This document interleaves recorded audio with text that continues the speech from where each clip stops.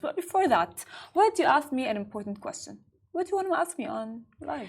So, Farah, if you had one celebrity, Okay. you saw that celebrity on a campaign, and that campaign makes you buy everything, who would that celebrity be? Well, not trying to create drama. Not trying to create drama at all. Selena Gomez and Hailey Bieber. Ooh. I said I'm not trying to create drama, but I see what you did right there. No, actually, I would for sure. I love Selena Gomez's products, and I love as well Hailey Bieber's products, but I'm not trying to create drama, you guys. And I think honestly, like both of them really, I would say, have a great influence on this generation, specifically Hailey Bieber. Hailey Bieber is the new hit girl, so. That's true. That's you know true. what I mean. For me personally, if I saw Beyonce or Justin Bieber, I would be extremely excited. Or Justin Bieber and Selena Gomez. Oh my God. Okay, that will catch my attention. That is drama. So you are in it for the drama. Like this is like I would say this would cause a lot of drama. But of course, speaking of that, I don't know. I feel like Justin. Sure, why not? But I don't know, for me, it's like Hailey and Selena. Anyways, you guys, speaking of that, she asked me this question because Adidas apologized and drops Bella Hadid from campaign amid Israel backlash. Let me give you a bit of details. So in a controversial move, Adidas has pulled images of supermodel Bella Hadid from its latest ad campaign after facing backlash from Israel. So what happened is that 11 Israelis passed away, and of course Israelis protested against that, and Adidas was like, sorry, let me take Bella Hadid out of the campaign because Bella Hadid, we know she is very pro-Palestine. What do you think of that? Yes. Now, if we're taking a look at the story, essentially what happened is with the launch of these SL72 shoes that were launched in the Munich Olympics, Israel responded to the campaign saying on Twitter, I'll just show you guys, Adidas recently launched a new campaign for their shoes to highlight the 1972 Munich Olympics. 11 Israelis were murdered by Palestinian terrorists during the Munich Olympics. Guess who the face of their campaign is? Bella Hadid, a half-Palestinian model who has a history of spreading anti-Semitism and calling for violence against Israelis and Jews. She and her father frequently promote blood libels and anti-Semitic conspiracies against Jews. Adidas, any comment? And now in response to this, Adidas has dropped Bella Hadid, the famous model, from their campaign. That's true, and they even responded saying they emphasized the campaign's intent to unite a broad range of partners and apologize for any distress caused. They said, we are conscious that connections have been made to tragic historical events, though these are completely unintentional, and we apologize for any upset or distress caused. And as a result, we are revising the remainder of the campaign. The statement read without detailing the specific changes. Now, I think honestly that we all know that Bella Hadid is extremely pro-Palestine, and she did not mind losing campaigns. She lost campaigns with Dior, if you recall that, and of course, you know, with the boycott happening, brands are very kind of like, you know, like getting affected by the Palestinian genocide that's going on. However, I don't think this is a good move for Adidas because they will be losing a lot of money and people will be boycotting Adidas even more. Bella Hadid being their face of the campaign really was a good marketing move, but then with the Israelis killed and them maybe giving the responsibility to Bella Hadid in a way with what's happening, it's very sensitive, so it's not a good business choice at all. Yeah, I definitely agree with you. I believe that for a brand to be successful, they have to be politically neutral. And in this case, do you think they chose a side? I think that the genocide or like the situation in Gaza has been ongoing since 1947, right? And people were very quiet about it. However, Bella Hadid, as well, we know her. She stands by the. We know her political word that she stands politically, and she clearly stands with her people of Palestine, people of Gaza, of course. And she lost, as we said earlier, the campaign with Dior. However, I think when Bella Hadid was actually put as the face of Adidas, it was really good. I remember, like, she was like very happy. She posted on her Instagram how surreal the moment is for her when her image is on the billboards in New York, and she was happy.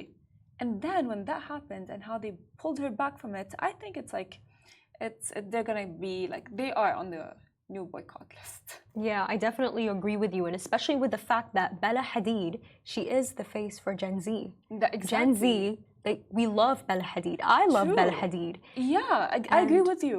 And them pulling her out of that campaign, it's not a good look. They might have obtained the approval of Israel, but they have lost the approval of many in the public. And we see this in the stock. The stock has dropped for Adidas in the past few days. I agree with you, because you know what, as you said earlier, you asked me the question of like who is someone that if let's say they are the face of a brand, I would get all of the things from, and Bella Hadid is one of them. Like, yes, by the way, like, yes, I said Hailey Bieber and Selena Gomez, but as well this includes Bella Hadid, Kendall Jenner, and the faces that are, I would say, very prominent this era, let me say. And even because like we have reached a point where, because of the genocide, people are as well boycotting and unfollowing celebrities, right? Yeah. And in that case, because this has happened, the Gen Z is not going to be, I would say, very kind to Adidas. Yeah, I agree with you. And, from a business perspective, we have to take a look at Adidas's timeline over this year. They've launched the Sambas, they've launched the Gazelles. Sure. Their brand was gaining momentum. I agree. And with this business move that they have made, they are going to plummet, as what occurred to them in 2022 with Yeezy. With Kanye West, due to his anti-Semitic comments, they dropped him as a collaborator, and they actually lost over $500 million. Yes. Of course, again, like, see, this is all a very tricky situation. I feel like as well fashion is as well politics. However, if I believe that if Adidas would want to, let's say, get back on track after this move of, let's say, letting go of Bella Hadid, maybe they should just like issue an apology that is very neutral. That would be, I would say, like, fine. Like, it's honestly, it's still bad, but it wouldn't be as bad as like letting Bella Hadid go, because letting Bella Hadid go, and she is the voice of, as you said, a lot of Gen Z specifically right now during the genocide. A lot of people are praising her for how she stands with Palestinians and how she does not really, I would say, I don't want to say care, but how she does not really pay attention to brands who want to work with her.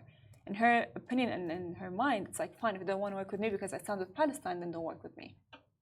Well, let's now just like jump to our next story.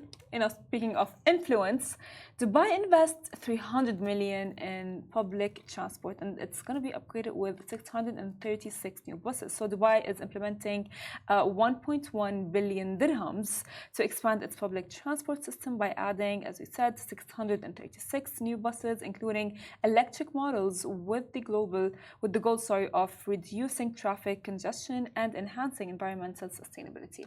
We have heard, and we've talked, you and I, about the UAE's vision for 2030 and how sustainability and environmental friendly, I would say, cars, buses, and transport is a part of it. And the fact that they are investing all of this in line with the 2030 vision, and as well in line with the fact that a lot of people and the population is increasing in Dubai, I would say it's a very smart move. I agree with you. And in Dubai, you tackle public transport, you tackle the heat. True. That's how it goes. That's how it goes. We do not live in a walkable city. Oh, yes. The country is not a walkable city. Not they do yet. not say that they are. Not yes. yet. Let's just hope, because remember, I think it was on the 11 Dubai show. We mentioned it with Casey that it might be. Well, hope. They do have a vision for a 20-minute walkable city goal. I mean, exactly, like as you said, Dubai is still not a walking city, and transport is, specifically public transport, is used by so many people. And as well, a lot of, I would say, tourists do come to Dubai, and they do just for the experience and for the fun, they use the metro, they use the buses. And this initiative, just I would say, is very, it supports the UAE's vision for 2030 that we have been seeing happening. So what are you hoping actually for 2030? for Because we keep on 2030? hearing like the whole time, like, oh, 2030, 2030, 2030. What's with the number? I really hope that, everybody in every area in the UAE has access to public transport, because in the area that I used to live in for a while, we didn't have the RTA buses, and it was very hard to get around to places, especially when you're really young, you don't have a driver's license, you can't drive. So I really hope that by that time, everybody has access to some kind of public transport. Yes, I do agree with you because, like as you mentioned, you didn't have public transport, but now you do. So, you guys, we never know. But I want to jump to a next story. Do you know what's been happening with Palazzo Versace? Yes. God, you guys, it's business drama. So, what's happening? I'll just briefly go through it and then we can talk about it. So, Palazzo Versace Dubai lists for $380 million amid owners' apparent financial shift. They're saying that he's been having financial issues. However, he denied those allegations and he said that all of these are misleading. So following these allegations that Palazzo Versace is implicated in the financial difficulties of its owner, Emirates Palazzo Versace, Munder Darwish, manager director of Palazzo Versace Dubai and chairman of Palazzo Hospitality, has issued a strong denial. He said, and he emphasized, that the hotel's performance is not the reason for its $380 million auction. What do you think of that? Look, this is a trophy asset over here. But however, I do look at it from a different perspective. The auctioning of the hotel, it might necessarily mean something better for the UAE. I mean, the financial issue, of course, it has led to the slowdown in construction and sales in the Palazzo Versace, with so many properties being returned in the market at discounted prices. The completion of the project has also been delayed to 12 to 14 months from being finished. Which I don't know. I don't know. He has denied the fact that it is not doing well. In his idea, it's like, oh, it's doing well. But we've talked about this before, and I think honestly, maybe if it's not doing well, maybe if he would want to reconstruct it, he should maybe reconstruct it somewhere else. You know what I mean? Yeah. Because maybe I don't know, have you been to the Palazzo Versace? No, have you? Yes, and honestly, I think it's near Al Jaddaf area, and maybe the fact that it's located there plays a huge role in its sales not doing as well as they would expect. Because if you would want to go to a hotel and have I don't know, just a getaway or somewhere away from the city, would you want to go somewhere in the city? In Al Jaddaf area, which is very close to Garhoud. You know what I mean? So that's the thing, as I said, the financial issues surrounding Palazzo Versace led to slowdown in construction and sales, and of course, this is, it has been expected. However, he is denying it. He is denying the fact that Palazzo Versace is actually not doing well. Farah, perhaps, he's denying it because they're selling the hotel, they're auctioning it off, not necessarily just to address their liquidity concerns, but to actually shift their financial strategy and do what was done with Atlantis in 2012. Yeah, but could be. But then, fine. However, but why would reports indicate that the apartment prices have been cut or reduced by 50%? What is this number? This from 100, I said, from instead of you paying let's say 100 dirhams, you're paying 50. For example, of course, you're not going to be paying 100 dirhams, but you're going to be paying more, but it's reduced by 50%. Look, in this case, I believe, all businesses, they have their shortfalls, especially since the fact that it's the summer, people are traveling right now. So, of course, they wouldn't be that busy. But in this specific case, I believe, them selling it actually might make the hotel more famous in the UAE. For example, in 2012, the Investment Corporation of Dubai actually acquired a stake in Atlantis the Palm. And this acquisition was a part of ICD's strategy to invest in high-value strategic assets within Dubai to bolster the Emirates' tourism and economic development. And by them acquiring a stake in Atlantis, what they did is that they ensured that Atlantis indefinitely would continue to be a hotspot for tourists. So perhaps they're selling it off so somebody else could acquire stake and have more control in how the hotel is being run.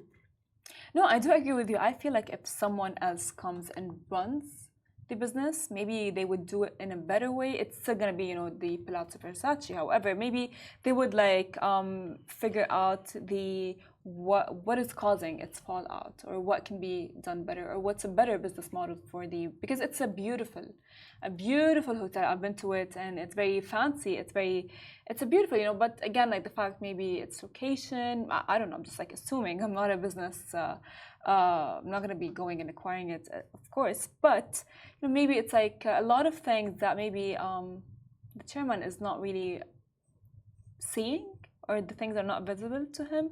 Because sometimes, in business, when you are doing your business and it's clearly not doing well, you tend to get, I'd say, blinded by the mistakes that you have done or that you need to change, Yeah.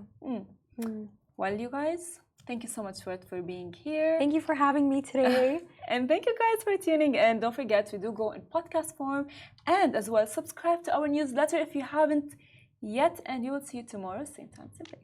Bye-bye. Thank you.